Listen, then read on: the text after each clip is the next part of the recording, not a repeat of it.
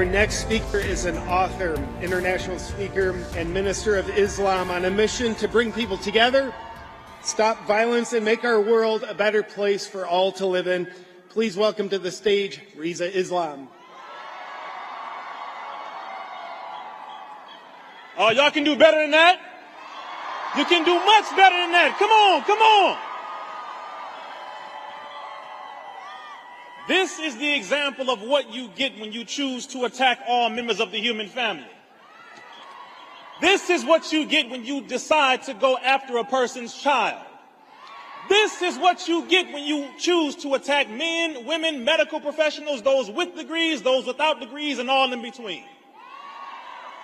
I bring you greetings on behalf of the Honorable Minister Louis Farrakhan, whom is my leader, my teacher, and my guide.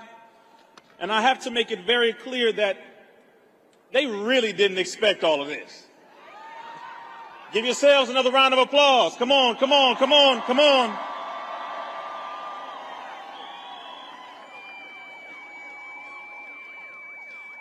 It says in the book of Psalms 133, how good and pleasant it is when brothers dwell together in unity. In the Holy Quran, chapter 3, verse 103, it says, and behold, hold firmly to the rope of Allah, all together, and become not divided, and remember the favor that I have given unto you. When you were enemies, and he brought your hearts together, you became, in his favor, brothers. The most honorable Elijah Muhammad said, our unity is more powerful than a hydrogen or an atomic bomb. And the Honorable Minister Louis Farrakhan said that we should argue over religion after we are free. I have to make this very clear that please give another hand to Robert Kennedy Jr. and all of those who spoke before me. You can do better than that. Come on, show some love. Come on, come on. That man came to me in 2015 when no one in the black community would listen to what is happening to black people as it pertains to vaccines. We thought Tuskegee was it. He came to us and said, there is something happening now that is far worse than Tuskegee ever was. He met with me and I brought my minister, the Western Regional Minister for the Nation of Islam, Minister Tony Muhammad. Once we received that data, we brought that information to the Honorable Minister Louis Farrakhan. Once he received the data, he said, Mr. Kennedy, not only am I going to bring this information to our community, but I'm going to bring it to the entire world. And he did at the 20th year anniversary of the Million Man March. That was streamed to over 42 countries to over 1.2 billion human beings across planet Earth. Y'all can clap for that. Come on now, come on. I find it no coincidence that we are standing where Reverend Dr. Martin Luther King Jr. made his great I Have a Dream speech. Give a round of applause and show love to our beloved ancestor, Dr. Martin Luther King Jr., a powerful man, a beautiful man, an articulate man. We like to hear the I Have a Dream speech. We like to hear Mountaintop, but we have run that a little too deep, I would say. The last 2 years of Dr. King's life is when he woke up from that dream. He was interviewed in 1967 on NBC, and he said, I must confess that that dream I had has in many ways turned into a nightmare. And this is one of the circumstances that he was referring to. What would cause a Muslim, a Christian, and the members of the Jewish community to stop arguing? You can laugh. It must be something pretty big. This circumstance has made Satan obviously the one who has declared war on all of humanity. Is that right? Is that right? Okay, then, well, let me make it very clear. Not only did he declare war on all of us, but as you see in the audience, you see those who are Muslims, Christians, those in the Jewish community, those who are a part of the spiritual systems, those who are non-religious, Democrats, Republicans, white, black, everyone all in between. This is the example that they do not want to see, but they have no choice. You used the black community yet again to push poison. You played the people while pimping us. Did I say it clearly? Say it again. You used the black community.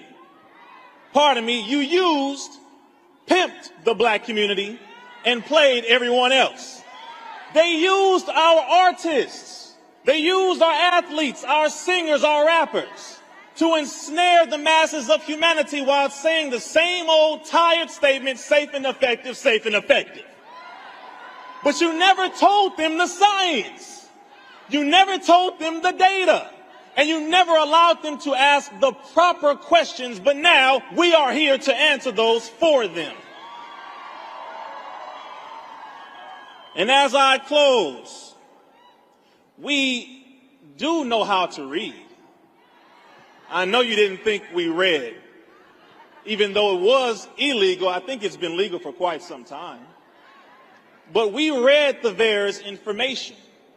We read all of the data. We have debated with some of your scientists, some of your quote-unquote medical professionals, and we have found that there were so many things that you have omitted that Mr. Robert F. Kennedy Jr. outlined beautifully. But Tuskegee was not the worst. You experimented on 1,500 children in LA in the 90s. You experimented on over 20,000 black and brown women in the prisons of California. You experimented on inmates in Philadelphia. You have experimented on our people for quite some time, and as demonstrated with some of those vaccine injured, you have experimented on over 1 million and potentially over 1 billion people recently with this new quote-unquote vaccine. So this has been the mass COVID experiment. Did you hear me? I want to make sure you stand with me. I'm almost done. The Honorable Minister Louis Farrakhan, in his July 4th, 2020 address called The Criterion, he stated, quote, "If you attempt to force this on us, we will take that as a declaration of war." And before anyone attempts to take that as a soundbite and use that as a threat, let me go ahead and make a familiar quote, because you know how they do. This sounds quite familiar. I believe a founding father by the name of Benjamin Franklin made the statement that, quote, "Rebellion to tyrants is obedience to God." So I think we are in the epitome of what is called an American. I think we are following what it is called to be an American. And the last I will say here, the Honorable Minister Louis Farrakhan warned the Pope. He warned the president at the time. He warned every member in Africa as it pertains to the leadership, and he warned all members of the human family, and he told them, we do not want your vaccine. Did he say it? Did he say it? Did he say it? So he is not one, as the most honorable Elijah Muhammad taught him. He said, don't speak for one, speak for the whole.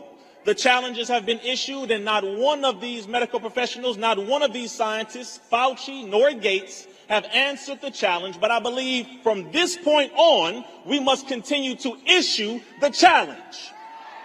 You must face the challenge. Does that make sense? We have the right and the freedom, as you have stated under the First Amendment of the United States Constitution, to our practice of religion, our practice of the freedom of press, our religious freedoms, and as it pertains to speech, and as it pertains to assembly. Are these the First Amendment freedoms that they guarantee to us? Are they? Well, if these are the First Amendment freedoms, then I will say we as a people have to continue to come together, regardless of your color, regardless of your creed, regardless of your religion, regardless of whatever you call yourself, because to them, none of that matters. Our enemies don't argue over religion, while we do. But we need to end that today. So thank you very much for listening. Let us continue to come together. The fight is on. The fight is on. And I pray Allah blesses each and every one of us. Assalamu alaikum. Let's give it up for Mr. Islam one more time. Feel empowered hearing him? Woo!